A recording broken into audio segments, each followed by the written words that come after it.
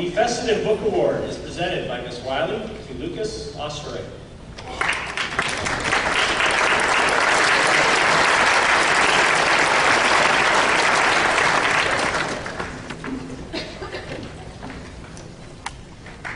Congratulations, Lucas.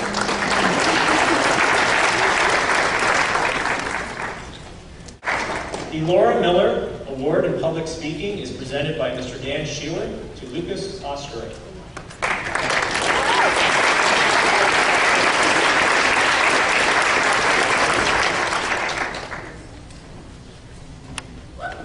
Congratulations, Lucas.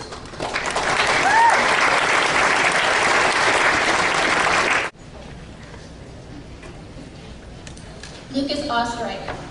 Lucas is the winner of the Laura Miller Award, the Staff Award for Grade 12 Canadian History, and the Fessenden Award.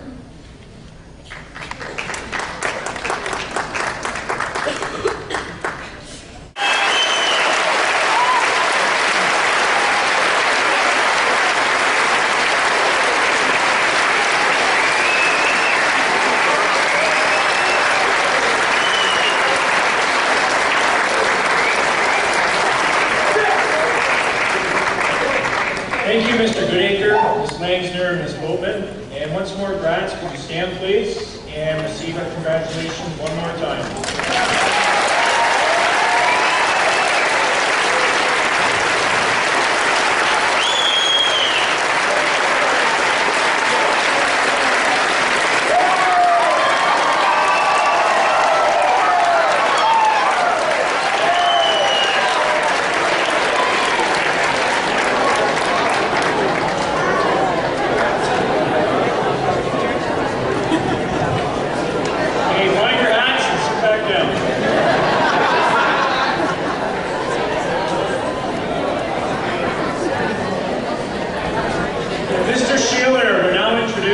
Valediction.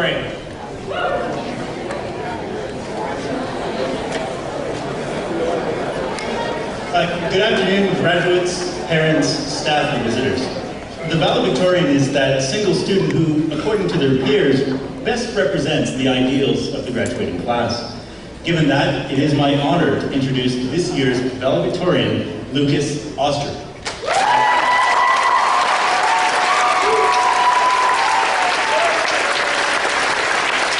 I have had the pleasure of working with Lucas both in class and on Students' Council. A true academic, Lucas explicitly and implicitly understands what education means for himself and for us. He is a student who is going somewhere.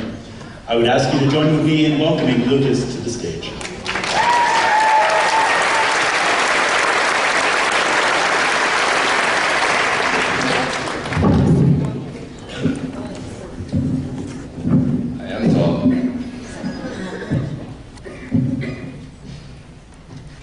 When I asked one of my closest friends how to write a valediction, she said, base your speech entirely around the following question.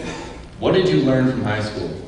And I thought, man, if I ever get stuck in a situation where I need to measure the height of a tree on the other side of a river, and all I had on me were, I don't know, a laser rangefinder and the ability to calculate angles, I could totally do that with trigonometry. I know how, that's good.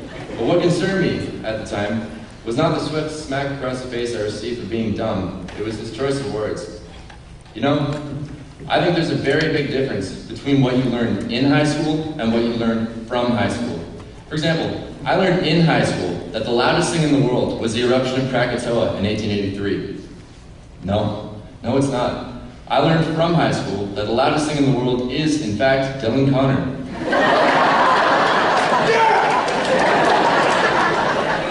Another example, I learned in high school that a lot of people think that these are the best years of our lives. I learned from high school that our lives are just beginning, and I'll explain that in a bit. But since last I did not find a specific answer or know how to write this speech, I consulted my best friend of 4 years, the internet. The internet tells me that I have a very important job right now, and that the role of valedictorian has two purposes. The first is to persuade you to believe some kind of idea that hopefully reflects the values of the graduating class, and the second is to inspire you with another idea that you'll use to make the world a better place. Either way, I gave some thought to inspiration, and I don't think it's fair of me to tell you where you should get your ideas. But I couldn't get over this question, and For the last few months, I've been trying my best to find a good enough answer. I asked myself, what should I do with this? Everything is telling me that I have this incredibly unique opportunity because every single person in the graduating class of 2011 is in the same room right now, and I'm the one with the microphone. So what is there that I can say that best represents what we all felt about high school? As a human being, much less your valedictorian, I don't think there's anyone, including me, who can answer that question. In fact, maybe the only thing constant about our high school experience was that it was an experience. There is no way I can speak for everyone by saying it was the best time of our lives. But something I know for sure is that we all learned from it, and that, at least, is something to be proud of. Just think, what were you like when you walked through the front doors in grade 9? What did you want to do with your life? But more importantly, ask yourself, are the answers the same now? I bet you they aren't. It's because this place is more than just a building. It's a collection, a time capsule of an incredibly turbulent part of our lives. Something as seemingly nondescript as the hallway outside of this auditorium is much more than what the passing eye might take it to be.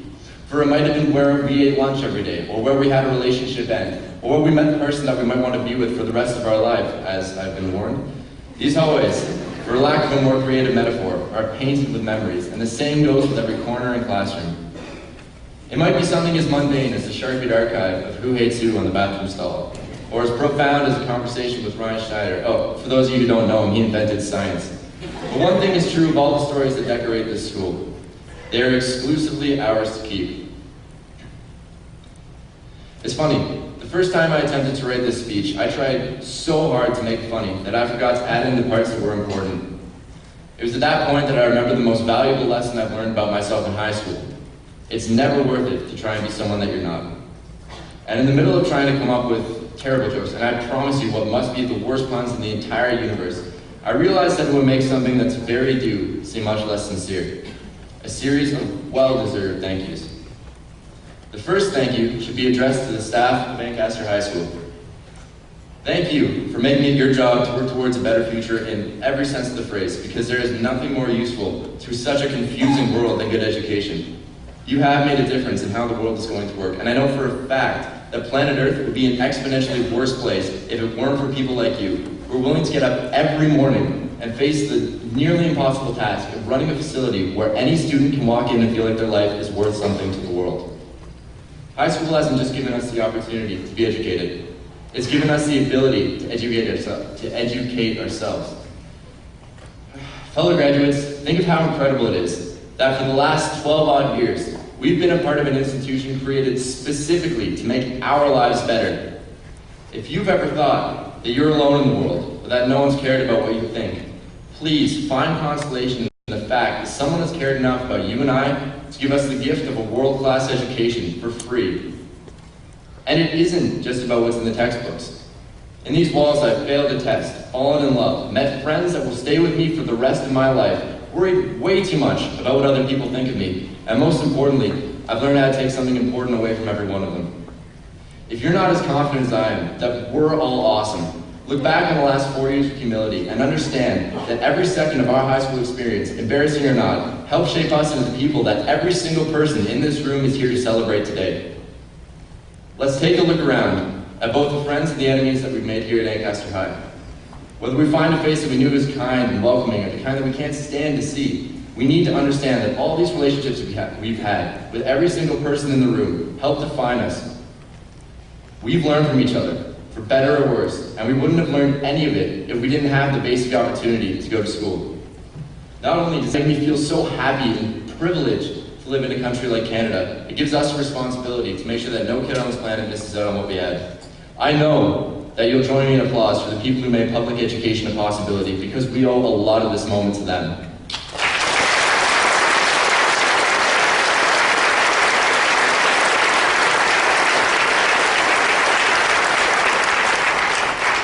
But there is only so much that the curriculum will cover, and for teaching us the stuff that can't be covered in class, we owe another group of people a truly deserved thank you. This one goes to the people who brought us up and introduced us to the world. Thank you to every mom, dad, guardian, grandpa, grandma, and other family member in the room, because despite our disagreements, we're all at least happy we're alive and thankful that someone cared enough about us to put their time and money into giving us a childhood. You've loved us our entire lives, even if we were mistakes, like Sandy. What? Mistakes happen. How do you think they got hired? And I won't rip on the teachers the entire time, but you know how the saying goes.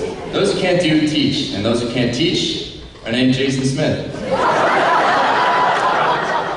Don't worry, the hair jokes are still to come. Actually, no.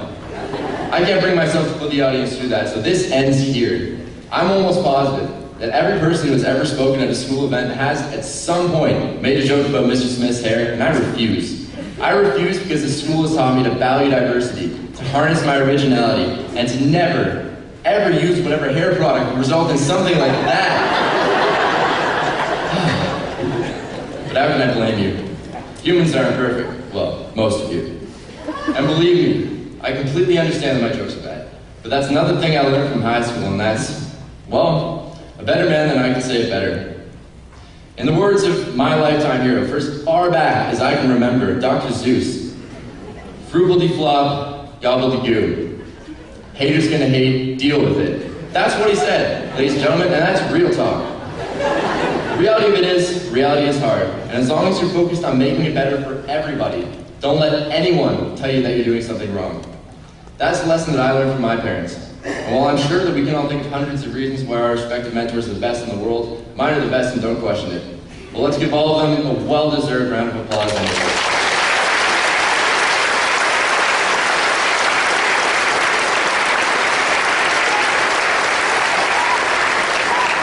I think we get another round of applause for whoever designed these ridiculous hats. I feel like we're no longer in danger of being killed by a large, square-shaped tail. And if my German background wasn't painfully obvious already, you can now actually call me a squarehead without ever having to worry about hurting my feelings. But today is not about the guy who designed this ridiculous attire. It's about us, the fools who, for some reason, put up with wearing it. Today is our day. In a few hours, we'll walk out of these doors and never be legally responsible to walk through them again. That's big. Never again will we get a phone call from Ancaster High School reminding us that time But there's a lot more to graduation than walking through the doors. Many of us are moving way too fast into the next part of our lives, whether it be university, college, or the workplace, and the days of getting yelled at for chewing gum in class are over. It brings such joy in me to know that we've reached a part of our lives where we can start to enjoy the finer things in life, like crippling debt and watching our children eat our dreams. I'm just kidding. Now we're more than just students. We've all become experts at something, whether it be theoretical physics or getting mad no-scope dome shots in Modern Warfare 2. We've become artists, scientists, dancers, athletes, and if you're James Molden, the best bench warmer in Ancaster Royals history. When we walk out these doors, we'll be ready to not only handle whatever life has to throw at us, but to throw it back and ask it if that was all it had. It's because we're Royals, and that spirit of constantly going for gold and purple is something that will carry us to wherever we want to go in life. I know this because there's an overwhelming amount of evidence from our senior year alone to prove that we can make a monumental difference. The 2010-2011 school term was our turn to run the school, and I think we did a pretty good job. Like when we raised over $11,000 for cancer, or when we broke a Guinness World Record for National Diabetes Day. For athletics, it seemed like our sports team added another accolade to their highly decorated history almost every other day. And who could forget that time that Colin Porter crushed a Prius with his biceps? And plus, think of the history that we get to take with us. Not many people could say that in their time at high school, they survived the rapture twice. The first synthetic life form was created. The first artificial DNA was created. The Olympics were held in our home country, in which we scored more gold medals than anyone ever. And most importantly, we got to bask in the glory of the aesthetics crew in their youthful prime every school day of the year. Enjoy those memories because, well, 2012 is coming up, so they won't last long. But in case the world doesn't explode next year, then I sincerely wish that you all find whatever you're looking for in life.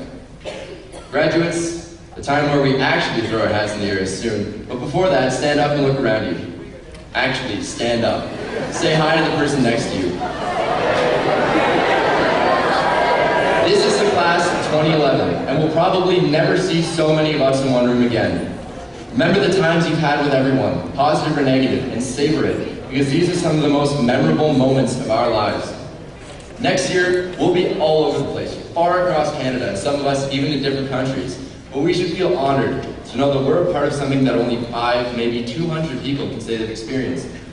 And in conclusion, though we travel across the land, searching far and wide, graduates, we must understand the power that's inside of our newly minted diplomas. Today is our day. Let's celebrate the things we learned, the times we had, and if you're Owen McGregor, the fact that you can wear a wolf blanket to school every day and look good doing it. I'm so psyched to finally walk out these doors, not because I'm happy to get out of the school, well, I mean, that's not the only reason, but because I'm ready to approach the next exciting phase of my life with open arms. I'm sure that you are too, and that's why I'm so happy to say it's now the time to throw your hats in the air and scream as loud as you can. Congratulations, class of 2011.